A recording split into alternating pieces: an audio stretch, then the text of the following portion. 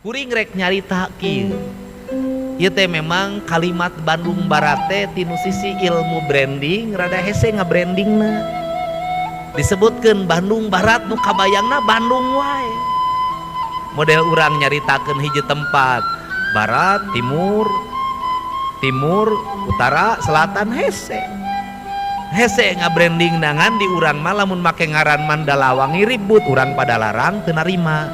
Lamun make ngaran pada larang, urang Lembang teu narima. Akhirna make ngaran Bandung Barat.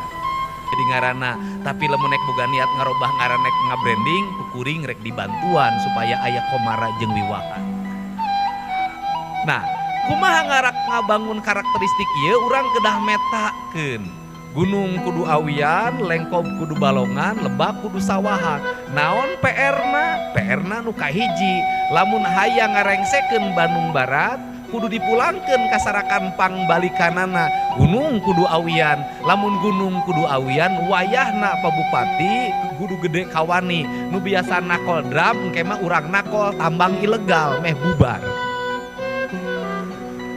Sabab naon? Lamun terus-terusan Bandung Barat teu eureun-eureun tambang ilegalna, tepi ka iraha moal aya kamajuan. Nu aya bencana karuksakan ISPA, rusakna infrastruktur, ekonomi teu ngembang. Kuring teu boga analisis yen di daerah tambang rakyatna maju teu manggih. Terus nu kadua, lamun urang rek ngabranding ke pariwisataan aya tambang hese maju. Sama begitu ningali kuburan, belah dia tambang, bobok geus nambang terus dikubur.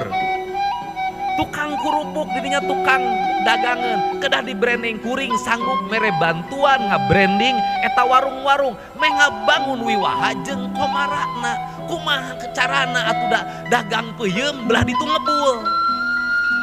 Kan kedah direngsekeun. Anu kadituna naon deui Cimaremekeun lah eta mah bagian gubernur urang jieunkeun jembatan layang di dinya.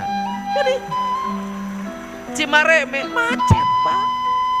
Daerah urbana macet, daerah buhuna ruksaku penambangan, daerah urbana macet. Daerah anu tos ngembang pariwisatana leuwih teuing bangunanana, tunggul diraruk, catang dirumpak, pinuh teuing. Apartemena pinuh teuing, kape-kapena pinuh teuing, hotelna pinuh teuing, patuliksak. Akhirna kulantaran patuliksak mungkin dia jelema loba kanu estetika, nanjak ka luhur gunung geus bea ku kebon sayur campur jeung tai hayam, bau eta belah dinya teh. Kumaha carana eta gunung-gunung urang kawian deui, lengkop urang balongan deui. Sabab naon? Urang teu meunang nyepelekeun hiji analisis BMKG ngeunaan sesar Lembang.